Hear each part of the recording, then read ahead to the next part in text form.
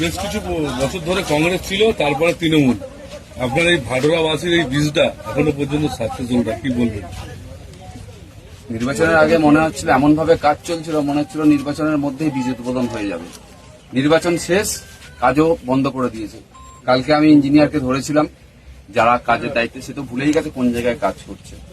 তো যেটা ব্যাপার বলছে নাকি কিছু টেন্ডারের জন্য অসুবিধা হয়েছে, কাজ বন্ধ আছে, টেন্ডার অ্যাপ্রুভাল হয়ে যাবে এই সপ্তাহ বা 10 দিনের, আগামী 10 দিনের মধ্যে। ডিএম ম্যাডাম উনি কথা দিয়েছেন যে উনি নিজে দেখবেন ব্যাপারটা, কারণ এটা আমাদের ভাটোরাবাসীর জন্য আমরা সংকল্পবদ্ধ। সনাতনী সমাজ আমাদেরকে ভোট দিয়ে জিতিয়েছে, তো তাদের জন্য আমাদেরকে মানুষের স্বার্থে কাজ করতে হবে।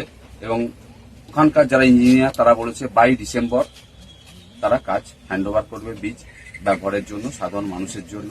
এবং আমি নিজে এটাকে ফলো আপ করবো প্রতি 10 দিন 15 দিন ছাড়া, কিভাবে কি কাজ চলছে না চলছে।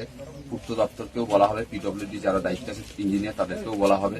এবং নতুন বছরে ভাটোরাবাসীর হাতে, জীবিচিত্রানবাসীর হাতে, কুলিয়াবাসীর হাতে এই বীজ উপহার দেওয়াই হচ্ছে আমাদের প্রথম ভাটোরাবাসীর জন্য সংকল্প। এটা দীর্ঘদিন ধরে এই ভাটোরার এই সমস্যাটা রয়েছে, অনেক যাত্রী বা অনেক যেতে পারে না, সেটার জন্য কি তাড়াতাড়ি ব্যবস্থা করবেন? অবশ্যই, তার জন্যই আমি কি বলেছি যে কোনো ঢিলেমি না, কোনো রকম যাতে মানুষের অসুবিধা আগামী দিনে না হয়, তার জন্য এই বীজ দ্রুত নির্মাণ করতে হবে এবং দ্রুত